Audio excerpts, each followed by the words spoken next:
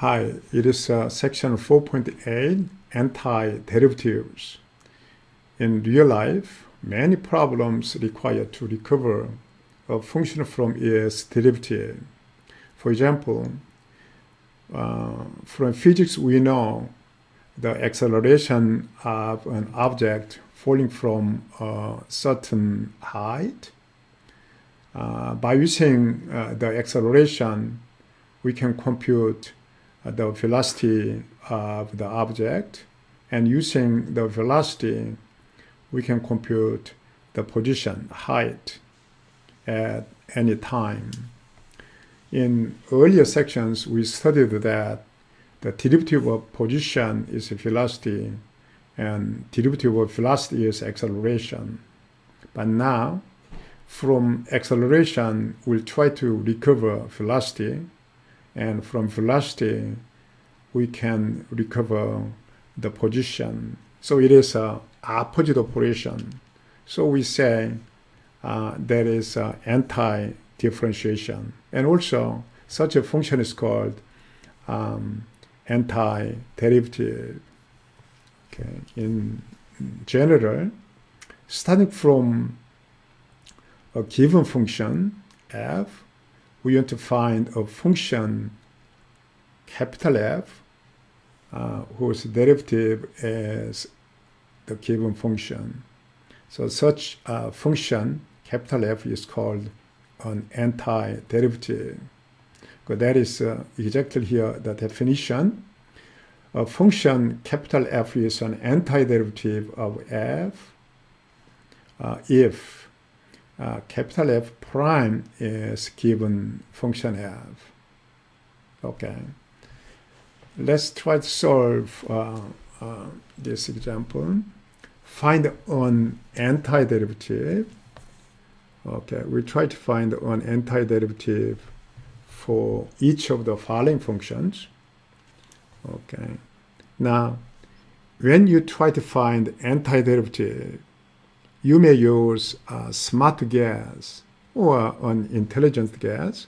Okay, from this one, capital F of x can be, that is power 1, so that from derivative formula, you know that the derivative of x squared is now 2x, and order 1 down after differentiation, so that the main term of your the antiderivative must be x squared. But for that one, now you can check it. If you differentiate it, then that is 2x. So that, okay, this x squared is an antiderivative. Now for cosine x, now try to remember formula, one derivative formula, so that after differentiation it becomes cosine x. Okay, that is sine x. So then here capital G of x can be sine x. Then if you try to differentiate it, then it will become cosine x. So we found an antiderivative. Okay, now part C. Okay, antiderivative for that portion, and you may try to find a function whose derivative becomes sec squared. What is it? That is tangent of x, right? And also for second part, that is now power.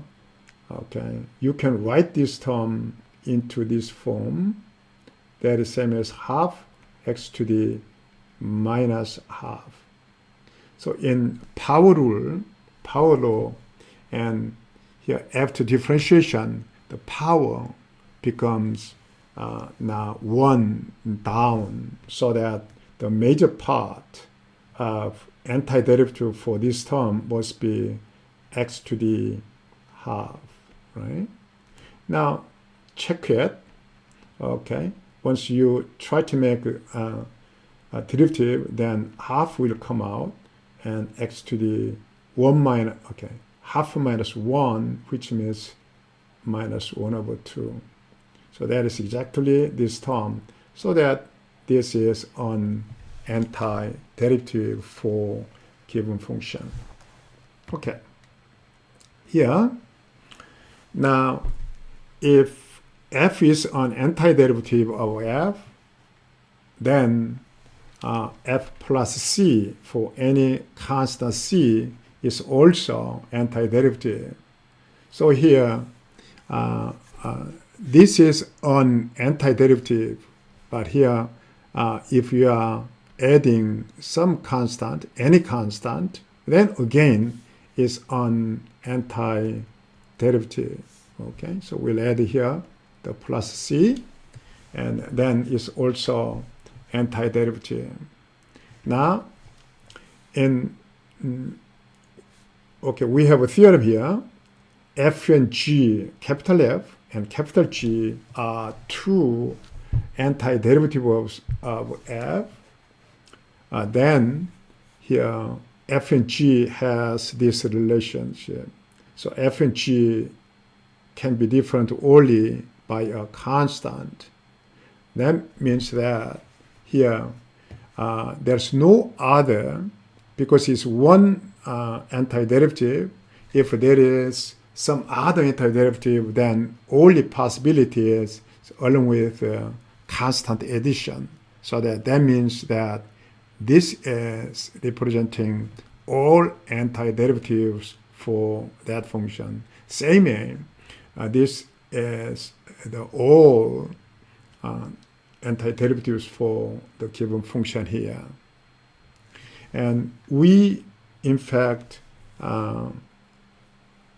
considered this theorem earlier when we learned mean value theorem. As a consequence of a mean value theorem, we said this one here, f prime equal g prime. So f and g, their derivatives are the same. Then we prove that here f minus g equal constant, or equivalently we can say that f is same as g plus c. We already did. So that is rewritten here as a formal theorem. Okay? Okay, here. So this is antiderivative formula. For xn, the antiderivative, so it's general antiderivatives, which means all collection of antiderivatives for that term. That is here now 1 over n plus 1 and x to the n plus 1.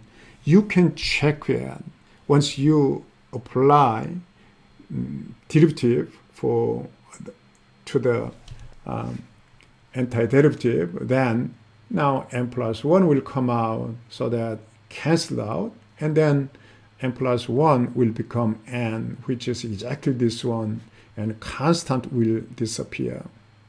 Right? So when you try to find antiderivative, you have to recall your derivative formulas. Okay. Now when that formula is only when n is not the same as minus 1. Okay, this one is same as x to the minus 1. For that one, we already know that that's a logarithm x, but in fact, in general, and logarithm absolute value of x. Okay, already we know when x is positive, the derivative is given in this way. But here, okay, x is negative, then here logarithm x absolute value will be same as logarithm of minus x. Okay, now we try to make a derivative of the function. So logarithm x absolute value is the same as, okay, minus x as a sort of a function of x. So in this case, we already know that there is f prime over f, right? F prime is minus 1, and f itself is minus x, so which is same as 1 over x. So also, and so that general antiderivative must be here logarithm absolute value of x and plus constant. You learn this one, you'll study this antiderivative in the next chapter more detail. Okay, for trigonometric functions, so antiderivative is basically now from derivative the rules, you can find the antiderivative quite easily. Now here sin x, and antiderivative main body is minus cosine x, and also for arbitrary non-zero k, here the main body of antiderivative must be minus cosine kx. And here, if you try to make a derivative from, okay, so you may start with, for that one, antiderivative is, here now, minus cosine kx. So that is a main body. So from here, if you are making derivative, then that will be, okay, cosine derivative is minus sine, so that there is a sine kx, and from chain rule, you have to multiply k over there. So that but in derivative, there's no extra k, so you have to multiply 1 over k here. Then that is antiderivative, right? So in this way, you can decide the coefficient. So for everything else over there is exactly made that way. And here, tangent, for example, derivative is sec squared, and once kx, then now along with, okay, if you are making derivative for whole thing here, that one, then now 1 over k, and tangent derivative will be sec squared kx, and from chain rule, the kx derivative will be k. So you have to put k. This k can be cancelled with 1 over k in front of that, so that the derivative will become sec squared kx. And along with this derivative rules, we made that anti-derivative. So for everything the same way, you can find the antiderivative. Okay, we'll go here now. Find the general antiderivative. Now rather than an antiderivative, we say the general antiderivative, and only difference is just we put now plus c at the end, then it will become the general antiderivative, right? Okay. Now for that one, okay, smart guess. Anyway, that is the same as x to the minus half power. So here, the antiderivative main part must be here x to the half, right? And now if you apply here derivative, differentiation, then half will come out, and then now power will go down by 1 to become x to the minus 1 over 2. Okay, so let's do it practically. From this one, if you differentiate it, then half will come out, and x to the minus 1 over half.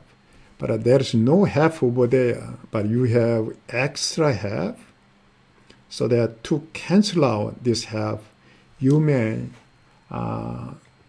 start with here coefficient 2, then 2 will appear here, so that 2 and half will cancel out to become that 1, right? So that is an antiderivative. By adding c, this whole thing becomes the general antiderivative. It's not so complicated, right? Okay. Here, for this term, now antiderivative capital G of x.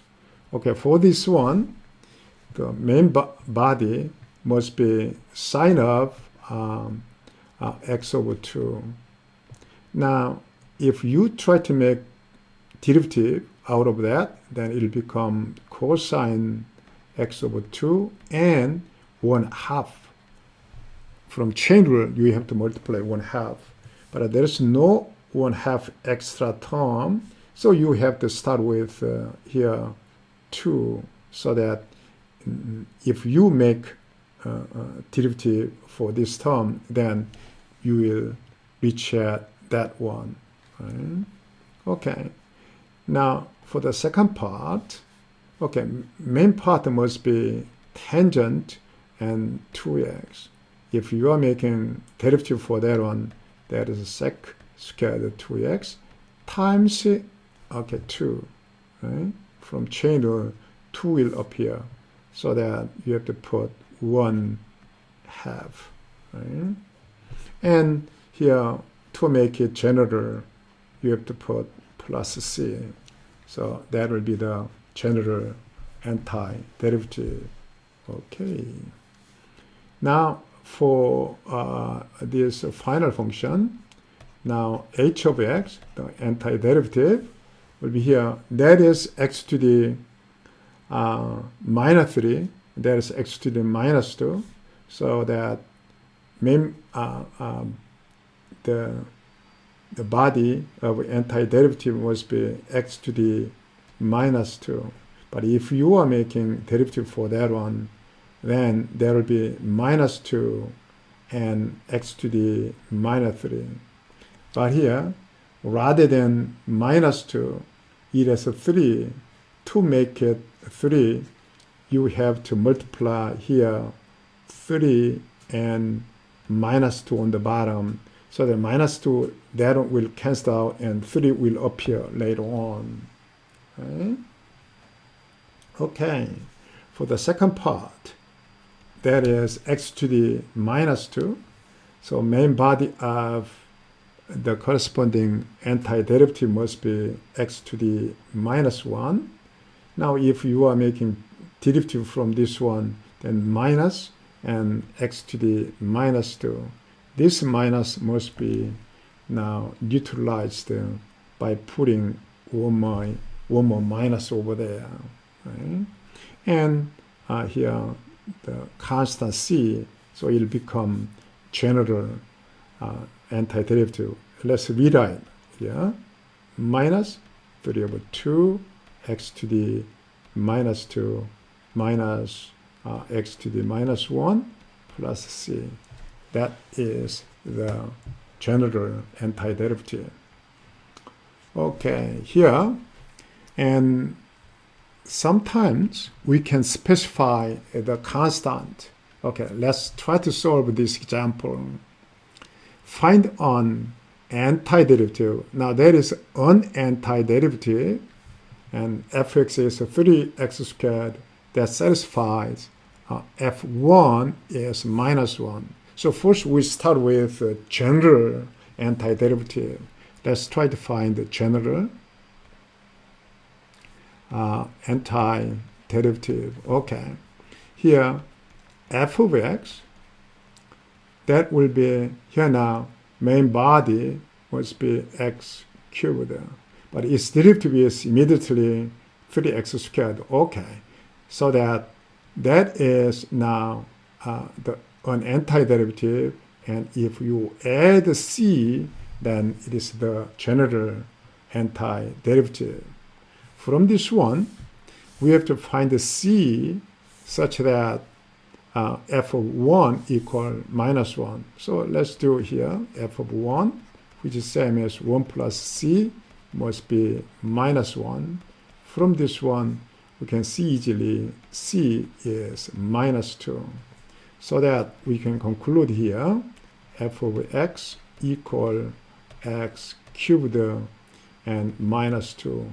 This is an antiderivative of given small f of x that satisfies that requirement. Okay, in this way, along with one specific point, you can here find the constant. Okay, yeah. Antiderivatives play important roles in mathematics and applications.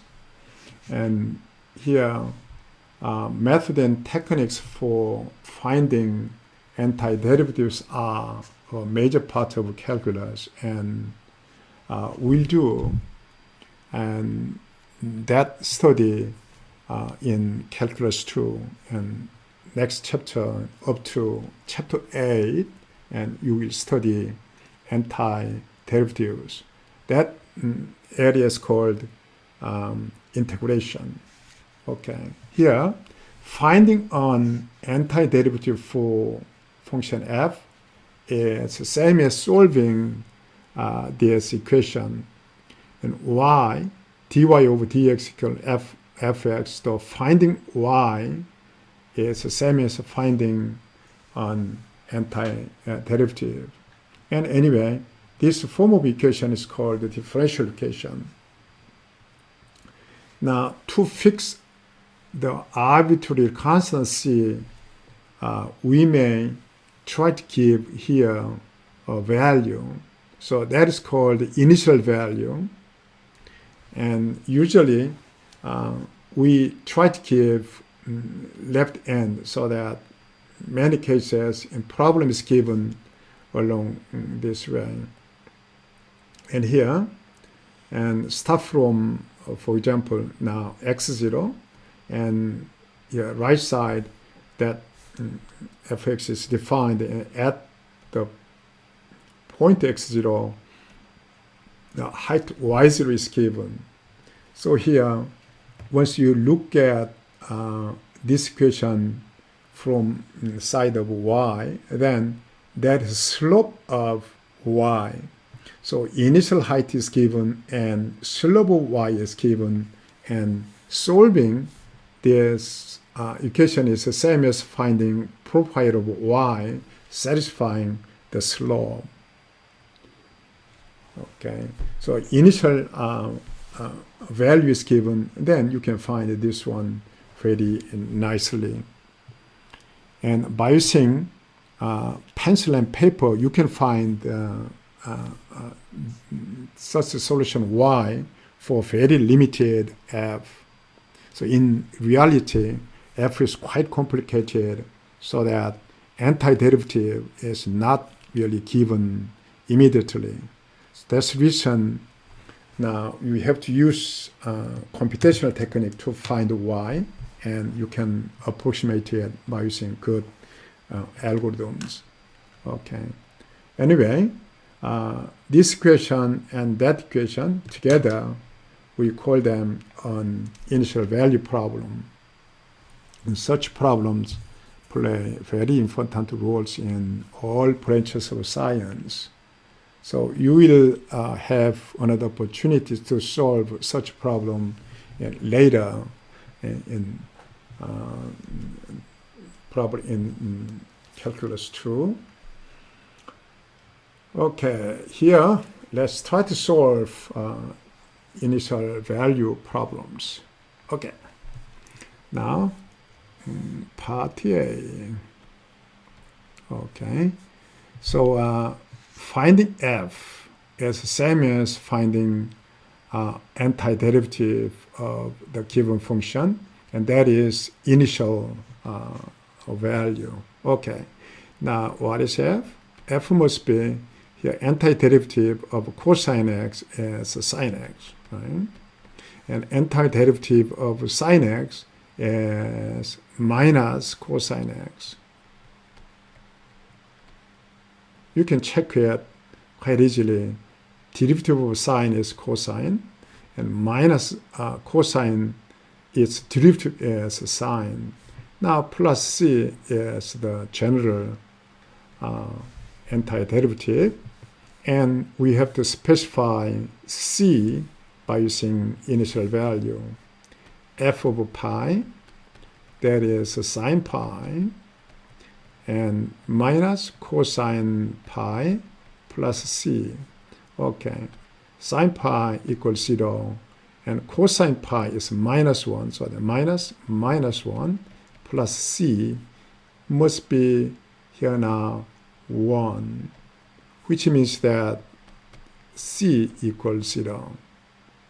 So we found here final answer, f of x, same as sine x minus cosine x. Okay, that's the final answer. Okay, now part B. Okay, that's the second derivative. Is given and y prime at 0 is 4 and y at 0 is 1 here. So that is, so antiderivative of that one must be y prime, so that dy over dx.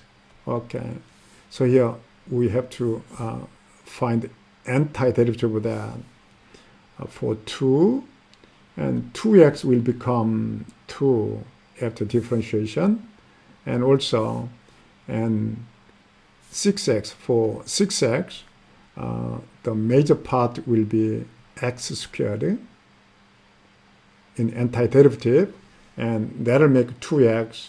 To make 6x, we should start 3x squared, and then its derivative will become 6x, right?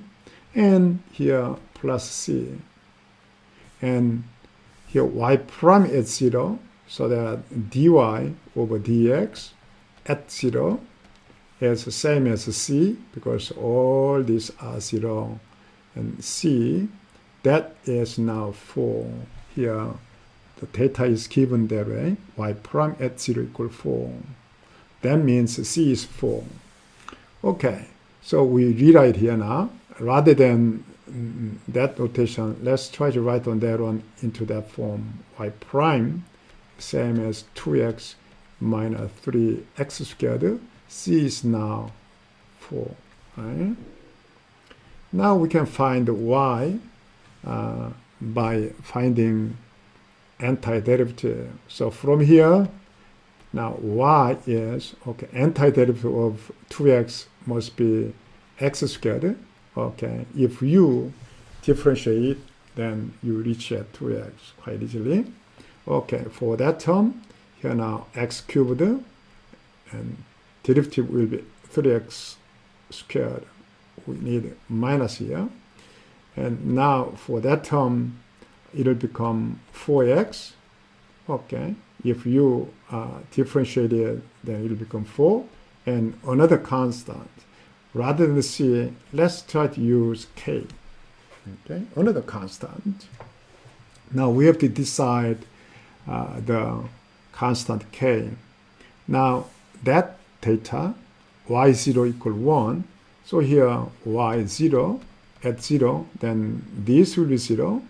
And so that k, but the theta says that it's 1, which implies k is 1. So here we finalize the function y equal x. Okay, here start with the highest order, minus x cubed plus x squared, and plus 4x, and plus k is 1. Right? Okay, that's the final answer. Okay, here, and we define, we introduce a term that's called an indefinite integral. The collection of all antiderivative of f is called the indefinite integral of f. Okay. Here now, so basically, the all of antiderivatives of f, and by using notation here, that is called integral f of x dx. We call that way. So that is integral sign, and f of x is the integrand, and now x is the variable. With respect to x is now antiderivative will be found, so that all antiderivative will be notated by using this signal. We call it integral f of x dx. Okay, so here the example is asking to evaluate integral of that integrand with respect to x. Okay, we'll do that here. Okay, that is not the same as now. Okay, for this term here, x cubed is the main body, but if you make derivative, then that will be now 3x squared. So you need here 1/3, so that and whole thing derivative will be here now x squared. 1/3 and 3 will be cancelled out. Okay, now and here minus, okay, 1 over x, antiderivative is logarithm absolute value of x, so that now natural logarithm at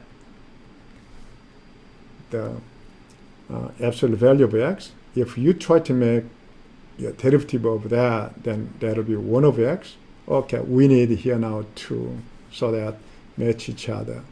Okay, for 5, antiderivative is of 5x, and now all collection, and collection of all derivatives. So it's a general derivative that is now C. So that there's all antiderivatives. For there's no other possibility. Once you can find an antiderivative, then only other possibility is that along with a constant addition. So these are all the antiderivatives.